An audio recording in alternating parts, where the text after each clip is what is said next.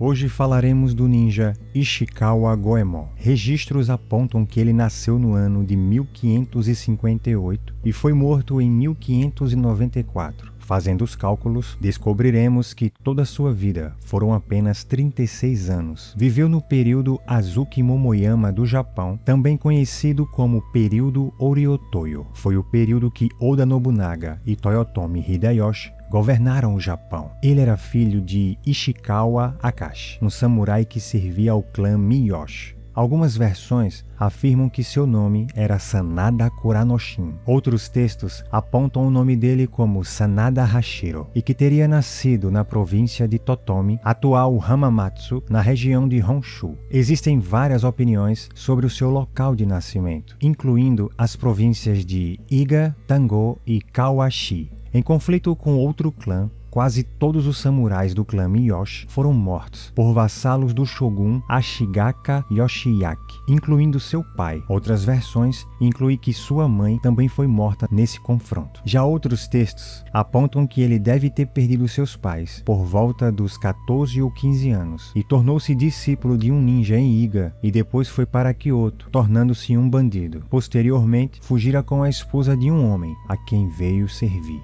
Uma tradição muito conhecida aponta que logo que perdeu seus pais, ele ainda jurou vingança e iniciou os estudos do ninjutsu Iga-ryu, tendo como mentor o mestre Momoshi Tamba, também chamado de Momoshi Sandayu. Mas quando seu mestre descobriu o romance do jovem com uma de suas amantes, ele teve que fugir para não morrer. No ocorrido, algo interessante aconteceu. Antes de fugir, ele roubou uma espada valiosa do seu mentor. Banido do seu clã, Ishikawa ficou mais uma vez sozinho. Como o sistema feudal era injusto na época, os plebeus eram os que mais sofriam. Ishikawa criou e liderou um bando de ladrões e roubava dos mais abastados, inclusive dos daimyos, que eram os grandes senhores de terras, e ele passou a compartilhar o ouro e os despojos com a população. Com isso, as notícias se espalharam por todo o Japão sobre a existência de um ninja misterioso que roubava dos ricos e era justo e compartilhava com os mais pobres. Por esse motivo, nas lendas orais, ele é retratado como um herói. Alguns de seus crimes mais famosos englobam que ele supostamente teria tentado assassinar o daimyo Oda Nobunaga por envenenamento, mas fugiu sem conseguir o seu intento. Goemon é citado na biografia de outro grande daimyo, Toyotomi Hideyoshi, porém sem muito prestígio. É mencionado como um mero ladrão que foi capturado ao tentar entrar no castelo Fushimi para o matar e foi condenado à pena de morte.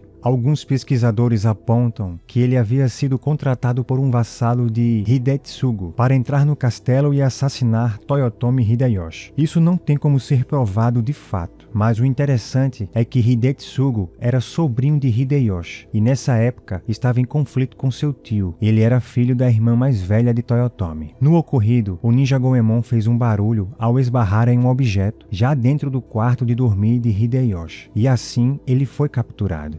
Histórias alegam que um de seus comparsas havia sido preso e delatado todo o bando, revelando as suas identidades. Como as lendas possuem variações, uma outra diz que Hideyoshi havia mandado capturar a esposa e o filho de Goemon e por isso ele tentou resgatá-los e foi capturado e morto no caldeirão junto com a sua família. No momento da execução, algumas histórias apontam que ele segurou seu filho nos braços para que ele não morresse, enquanto Goemon perdia sua vida na fervura e algumas pessoas comovidas haviam resgatado o menino. Em outras versões, ele afoga seu filho para que ele morra logo sem sofrer. Pedro Morehon, missionário jesuíta, registrava em anotações as suas campanhas missionárias no Japão. Em uma delas, mencionou a execução de bandidos. Este incidente ocorreu em 1594. Aqueles que foram fervidos em óleo foram Ishikawa Goemon e 9 ou 10 membros de sua família.